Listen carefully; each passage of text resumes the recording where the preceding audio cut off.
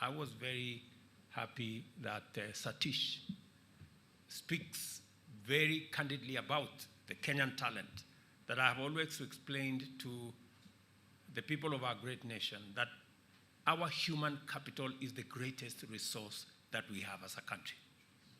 It is the reason why we continue to spend on our education to sharpen our human capital.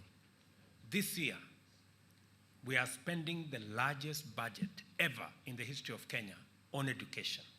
Close to $5 billion we're investing in education. Just to make sure that we get the base right. Our primary students will benefit from an extra 56,000 teachers that we've hired so that we get the base right. We've also changed our model of delivery of funding for both our TVETs and our universities so that we can target specific students, make sure that we give affirmative action for courses that will give us the best human capital that can serve our country and serve the global market. And that is the finesse of the Kenyan human capital.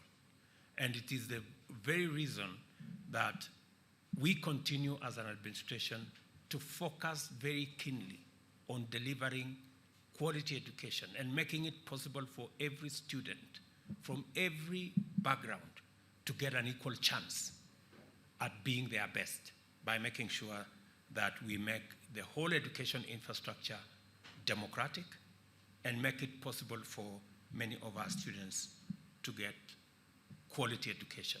It is the reason why we have doubled our budget both for TVET education and for university education. And we will continue, I want to commit that we will continue to invest in our human capital so that companies like Amazon can continue to get the best. Kenya is also gateway to 6 global fiber optic lines and has taken off as a vibrant pioneering epicenter of African research and development, technology and innovation, and as was said very ably, the Silicon Savannah.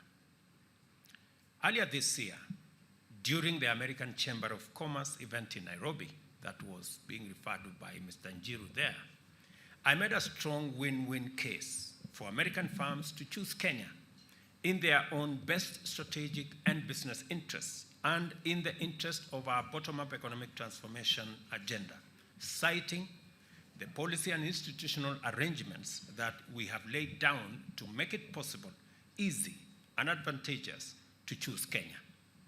I reiterated this message a few days ago when I joined the Kenya Investment Roadshow in Silicon Valley in San Francisco.